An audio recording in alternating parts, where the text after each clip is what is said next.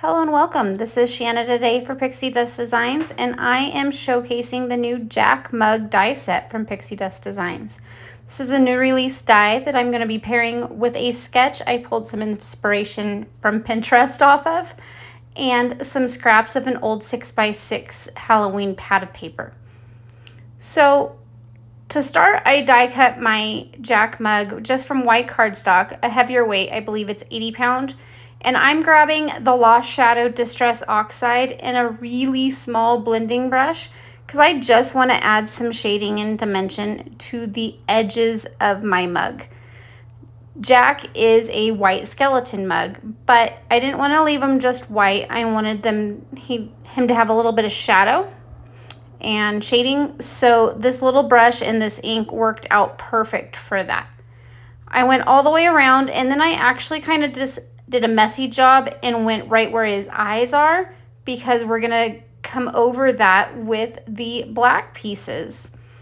So the black pieces just layer right over on. There are some embossing on that base white piece that's really hard to see on video, but it helps you line up exactly where you're going to be puzzling in these die cuts.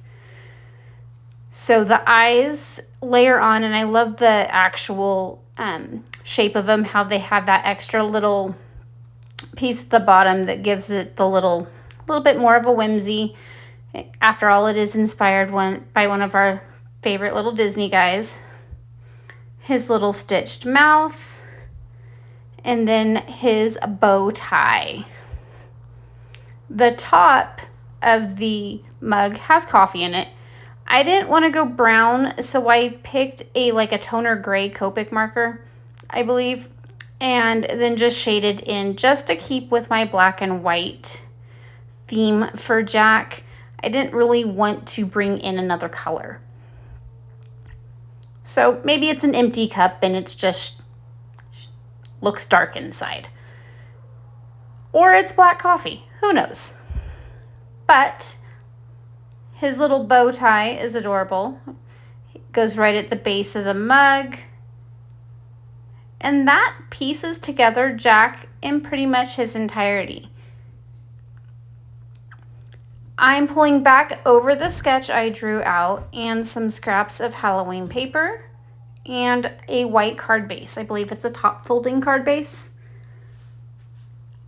I did not have a gray paper to mat onto or to use as my card base, so I decided to take that Lost Shadow ink again and just dragged it right across all of the edges that would be visible underneath my card panel.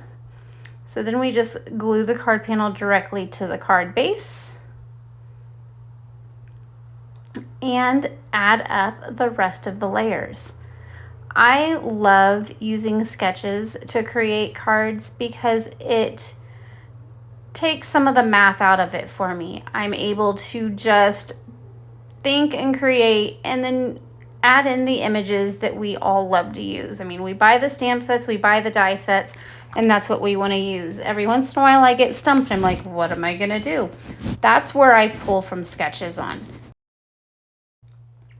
That little decorative piece kind of helps ground Jack a little bit, gives a horizontal fix so he's sitting on something. Then I grabbed some scraps from that paper pad and cut them into small pennants. Here I am trying to figure out what ones I like best, what would go and not blend in too much with the ghosts right underneath, and then what lengths to cut them at. I decided this guy needed to be just a little shorter because I didn't want him hanging over Jack. And then I really liked the little paisley type print here for some extra interest as well. So I'm just trimming those straight across. You could use a paper trimmer here or scissors. I find scissors pretty easy. To cut those pennant shapes, if you cut up the middle and then align your corners and cut up to that middle point again, you tend to have even flag edges. So I'm going to cut him a lot shorter. And then I'm just kind of clustering them right at that intersection of the ghosts and that back panel.